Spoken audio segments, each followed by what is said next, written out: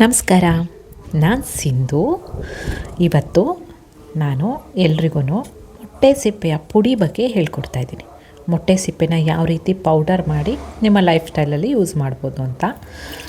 ಮೊದಲನೇದಾಗಿ ಒಂದು ಪಾತ್ರೆಯಲ್ಲಿ ನೀರು ಹಾಕ್ಕೊಳ್ಳೋಣ. ನೀರು ಹಾಕ್ಕೊಂಡು ಮೊಟ್ಟೆನ ಚೆನ್ನಾಗಿ ವಾಶ್ ಮಾಡ್ಕೊಳ್ಳೋಣ. ಇದು ಪ್ರೊಸೀಜರ್. ಬಟ್ ಈ ಮೊಟ್ಟೆ ಸಿಪ್ಪೆ ಪುಡಿ ಆರೋಗ್ಯಕ್ಕೆ ಸಿಕ್ಕಾಪಟ್ಟೆ ಒಳ್ಳೆಯದು. ಹೋಮ್ ಮೇಡ್ ನಾವು ಮಾಡಿಕೊಡ್ತೀವಿ. ಡೈಲಿ ಒಂದೊಂದು ಸ್ಪೂನ್ ತಿನ್ನಿ. ನಿಮ್ಮ ಸ್ಮೂತೀಸಿಗೆಲ್ಲ ಹಾಕ್ಕೊಳ್ಳಿ, ಜ್ಯೂಸಸ್ಸಿಗೆ ಮಿಕ್ಸ್ ಮಾಡ್ಕೊಳ್ಳಿ. ಆರೋಗ್ಯಕ್ಕೆ ತುಂಬ ಒಳ್ಳೆಯದು ಅಂತ ಹೇಳಿ ಎಲ್ಲ ಕಡೆ ಇವಾಗ ವೈರಲ್ ಆಗ್ತಾಯಿದೆ. ಇದು ತಿನ್ನಬೇಕಾ, ತಿನ್ನಬಾರ್ದಾ, ಎಷ್ಟು ತೊಗೋಬೇಕು, ಯಾವ ಥರ ತೊಗೋಬೇಕು ಅನ್ನೋದರ ಕಂಪ್ಲೀಟ್ ಡೀಟೇಲ್ಸ್ ನನ್ನ ಸಿಂಧು ಗಿರೀಶ್ ಯೂಟ್ಯೂಬ್ ಚಾನಲಲ್ಲಿ ಸಿಗುತ್ತೆ. ನೀವು ಚೆಕ್ ಮಾಡ್ಬೋದು. ಒಂದು ರಫ್ ಸ್ಕೆಚ್ಚಲ್ಲಿ ಕೊಡೋದಾಯಿತು ಅಂದರೆ ಮೊಟ್ಟೆ ಸಿಪ್ಪೆ ಪುಡಿ ಆರೋಗ್ಯಕ್ಕೆ ತುಂಬ ಒಳ್ಳೆಯದು ಅನ್ನೋ ಥರ ಏನಿಲ್ಲ. ಅದನ್ನು ಬಳಸದೇ ಇರೋದು ಬೆಸ್ಟ್ ಆಪ್ಷನ್ನು. ನಮಗೆ ಕ್ಯಾಲ್ಶಿಯಮ್ಮು ಮಿಲ್ಕಲ್ಲಿ ಸಿಗುತ್ತೆ, ಬೇರೆ ಥರ ಸೋರ್ಸಸಲ್ಲಿ ಕೂಡ ಸಿಗೋದ್ರಿಂದ ನಮಗೆ ಮೊಟ್ಟೆ ಸಿಪ್ಪೆನೇ ಬೇಕು ಅನ್ನೋ ಅವಶ್ಯಕತೆ ಇಲ್ಲ. ಮೊಟ್ಟೆ ಸಿಪ್ಪೆ ತಿಂದೇ ಇರೋದು ಒಳ್ಳೆಯದು ಅಂತ ಅನ್ಕೋತೀನಿ. ನಾನಿಲ್ಲಿ 2 ಟೈಪ್ಸಲ್ಲಿ ಮಾಡೋದನ್ನು ತೋರಿಸ್ತಾ ಇದ್ದೀನಿ. ಮೊದಲನೇ ಮೆಥಡ್ ಬಂದು ಎಗ್ನ ನೀಟಾಗಿ ವಾಶ್ ಮಾಡಿ ಚೆನ್ನಾಗಿ ಮೊಟ್ಟೆನ ಬೇಯಿಸಿ ಅದರಿಂದ ಸಿಪ್ಪೆ ತೆಗೆದು ಮಾಡುವಂಥದ್ದು.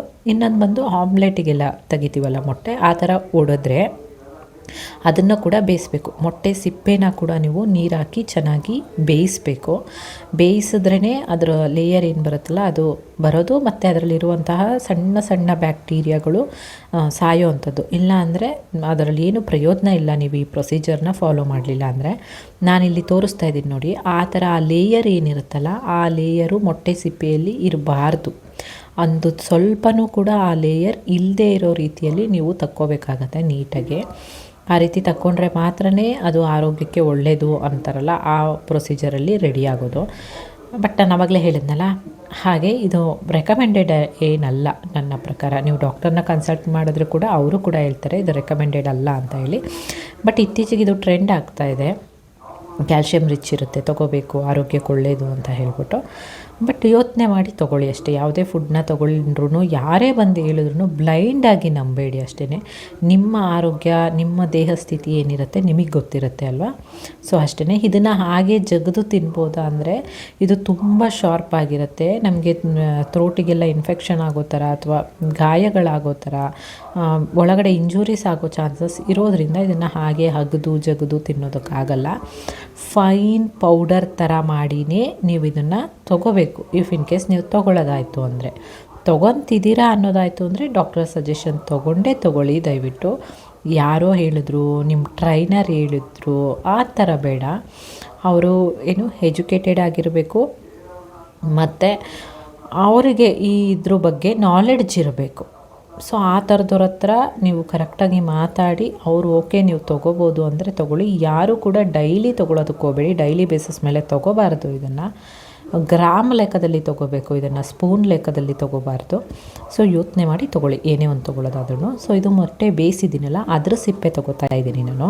ಆ ಸಿಪ್ಪೆ ತೆಗಿಬೇಕಾದ್ರೂ ಅಷ್ಟೇ ಕೇರ್ಫುಲ್ಲಾಗಿ ತೆಗಿಬೇಕು. ಯಾಕಂದರೆ ನಾನು ಅವಲೇ ತೋರಿಸಿದ್ನಲ್ಲ, ಮೊಟ್ಟೆ ಸಿಪ್ಪೆ ಬಿಡಿಸ್ಬೇಕಾದ್ರೆ ಅದು ತೆಳುವುದೊಂದು ಲೇಯರ್ ಬರುತ್ತಲ್ಲ, ಆ ಲೇಯರ್ ನಮಗೆ ಸಿಪ್ಪೆ ಜೊತೆ ಬೇಡ ನೋಡಿ. ಅದು ಅಲ್ಲೇ ಬಿಡ್ತಾಯಿದ್ದೀನಿ ನಾನು. ಬರೀ ಸಿಪ್ಪೆ ಮಾತ್ರ ತೊಗೋತಾ ಇದ್ದೀನಿ. ಅಬ್ಸರ್ವ್ ಮಾಡಿ ನೀಟಾಗಿ. ನೀವು ಮೊಟ್ಟೆ ಬಿಡಿಸ್ಬೇಕಾದ್ರೆ ಇಷ್ಟೇ ಕೇರ್ಫುಲ್ಲಾಗಿ ಬಿಡಿಸ್ಬೇಕು. ನೀವು ಮೊಟ್ಟೆ ಸಿಪ್ಪೆ ತೆಗಿಬೇಕಾದ್ರೆ ಎರಡೂ ಕೂಡ ಸ್ವಲ್ಪ ಕೆಲಸ ಹಿಡಿಯುತ್ತೆ. ಮೊಟ್ಟೆ ಸಿಪ್ಪೆ ತೆಗೆದು ನೀವು ಆರಾಮಾಗಿ ಬಿಡಿಸೋದಾದ್ರೆ ಅದು ಸಮೇತ ಬಿಡಿಸ್ಬಿಡ್ಬೋದು. ಬಟ್ ಈ ಥರ ಬಿಡಿಸ್ಬೇಕಾದ್ರೆ ಟೈಮ್ ಹಿಡಿಯುತ್ತೆ ನಿಮಗೆ. ನೀಟಾಗಿ ಆ ಸಿಪ್ಪೆನೆಲ್ಲ ತಕ್ಕೊಳ್ಳಿ, ಆಯಿತಾ.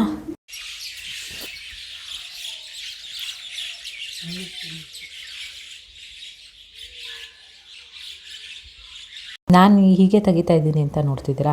ನಾನು ಇದನ್ನು ಯೂಸ್ ಮಾಡಲ್ಲ ಅಂತ ಮೊದಲೇ ಹೇಳಿದ್ದೀನಿ. ಹಾಗಾಗಿ ಇದು ಕಂಪ್ಲೀಟಾಗಿ ತೆಗಿಬೇಕು ಅಂತ ಏನಿಲ್ಲ. ನಿಮಗೆ ಆ ಪ್ರೊಸೀಜರ್ ತೋರಿಸೋಣ ಅಂತ ಅಷ್ಟೇ ಅದನ್ನು ತೆಗ್ದಿದ್ದು. ನನಗೆ ಹಾಗೆ ಸಿಕ್ಕೋ ನೆಕ್ಸ್ಟ್ ಸಿಪ್ಪೆಗಳಲ್ಲಿ ಸಿಗುತ್ತಲ್ಲ ಅಷ್ಟನ್ನೇ ಹಾಕಿ ನಾನು ಬೇಕ್ ಮಾಡ್ತೀನಿ. ಹಾಗಾಗಿ ನಾನು ರಫಾಗಿ ಬಿಡಿಸ್ಕೊಂಡೆ ಅಷ್ಟೇ. ನೀವು ತಿನ್ನೋದಕ್ಕೆ ಅಂತಲೇ ಮಾಡ್ಕೋತಿದ್ದೀರಾ ಅಂದರೆ ನೀಟಾಗಿ ಕ್ಲಿಯರಾಗಿ ಬಿಡಿಸ್ಕೊಳ್ಳಿ. ಆವಾಗಲೇ ತೋರಿಸಿದ್ನಲ್ಲ ಆ ಥರ ಬಿಡಿಸ್ಕೊಳ್ಳಿ. ಮತ್ತು ಅದನ್ನು ನಿಮ್ಮ ಡಾಕ್ಟರ್ ಸಜೆಷನ್ ಮೇಲೆಗೇ ನೀವು ಅದನ್ನು ತೊಗೋಬೇಕಾಗತ್ತೆ, ಆಯಿತಾ. ಅದು ಬಿಡಿಸಿ ಆದಮೇಲೆ ಇಲ್ಲಿ ಬೇಕಿಗಿಡೋಣ. 10 to 15 ಮಿನಿಟ್ಸ್ ಇದನ್ನು ಚೆನ್ನಾಗಿ ಬಿಸಿ ಆಗಲಿಕ್ಕೆ ಬಿಡಿ. ಯಾಕಂದರೆ ನಿಮಗೆ ಫೈನ್ ಪೌಡರ್ ಬೇಕಲ್ವಾ.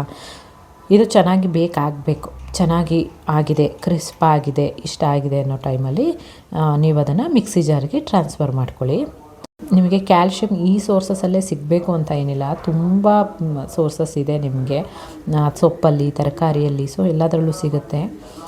ಡೈಲಿ ತೊಗೋಬಾರ್ದು, ಯಾರೇ ಹೇಳಿದ್ರು ಈ ಪೌಡರ್ನ ನೀವು ಡೈಲಿ ಬೇಸಿಸ್ ಮೇಲೆ ತೊಗೋಬಾರ್ದು. Weekly once or 15 days once gram ಲೆಕ್ಕದಲ್ಲಿ 1 ಗ್ರಾಮ್ 2 ಗ್ರಾಮ್ ಇಷ್ಟಾದರೆ ಎನಫ್ ಅಂತ ಅನ್ಕೋತೀನಿ. ಸೊ ಇದನ್ನು ನಾನು ಪೌಡ್ರ್ ಮಾಡಿದೆ. ಈ ಪೌಡ್ರ್ ಮಾಡಿದ್ಮೇಲೆ ಏನು ಮಾಡಿದೆ ಅನ್ನೋ ಕ್ಯೂರಿಯಾಸಿಟಿ ಇದೆಯಾ ನಿಮಗೆ? ಇದಕ್ಕಿಂತ ಫೈನ್ ಪೌಡರ್ ಆಗಬೇಕು ಆಯಿತಾ, ನೀವು ಜರಡಿ ಹಿಡದೆ ಮಾಡಬೇಕು. ಸೊ ಅಲ್ಲಿ ಪೌಡ್ರ್ ಮಾಡಿ ಇಲ್ಲೇನು ಮಾಡ್ತೀಯಾಳೆ ಸಿಂಧು ಅಂದ್ಕೊಂಡ್ರೆ ನಾನು ಗಿಡಕ್ಕೆ ಹಾಕ್ಬಿಟ್ಟೆ. ಇಲ್ಲಿ ಸೊಪ್ಪು ಬೆಳೆದಿದ್ನಲ್ಲ, ಈ ಸೊಪ್ಪಿಗೆ ತೊಗೊಬಂದು ಹಾಕ್ಬಿಟ್ಟೆ. ಇದನ್ನು ಏನಂದರೆ ಇದಕ್ಕೆ ಗಿಡಗಳಿಗೆ ಹಾಕೋದ್ರಿಂದ ಈ ಥರ ಮೊಟ್ಟೆ ಸಿಪ್ಪೆ ಪೌಡ್ರನ್ನ ತುಂಬ ಚೆನ್ನಾಗಿ ಗಿಡಗಳು ಬೆಳೀತವೆ. ಸೊ ನೀವು ಕೂಡ ಮನೇಲಿ ಮೊಟ್ಟೆ ಸಿಪ್ಪೆ ಇತ್ತು ಅಂದರೆ ಅದನ್ನು ಹಾಗೆ ಜಜ್ಜಿಬಿಟ್ಟು ಗಿಡಗಳಿಗೆ ಹಾಕಿ, ಗಿಡಗಳು ತುಂಬ ಚೆನ್ನಾಗಿ ಬರ್ತವೆ. ಈ ಪೌಡ್ರ್ ಹಾಕಿದ್ಮೇಲೆ ನನಗೆ ಡೌಟ್ ಬಂತು, ಸೊಪ್ಪಿಗೆ ಹಾಕಿದ್ದು ನಾನು, ಸೊಪ್ಪು ಬೆಳೆಯೋಣ ಅಂತ ಹೇಳಿ ಹಾಕಿದ್ನಲ್ಲ ಅಲ್ಲಿಗೆ ಹಾಕಿದ್ದು. ಸೊಪ್ಪು ವೆಜಿಟೇರಿಯನ್ ಆಯಿತಾ, ಇವಾಗ ನಾನ್ ವೆಜಿಟೇರಿಯನ್ ಆಯಿತಾ? ಇದನ್ನು ನಾನು ಸೋಮವಾರ ಗುರುವಾರ ಎಲ್ಲ ತಿನ್ಬೋದಾ ಈ ಸೊಪ್ಪೇನಾರ ಬೆಳೆದ್ರೆ? ಈ ಡೌಟಲ್ಲೇ ಇವತ್ತಿನ ವೀಡಿಯೋ ಮುಗಿಸೋಣ ಆಯಿತಾ? ಮತ್ತೆ ಸಿಗ್ತೀನಿ, ಬಾಯ್.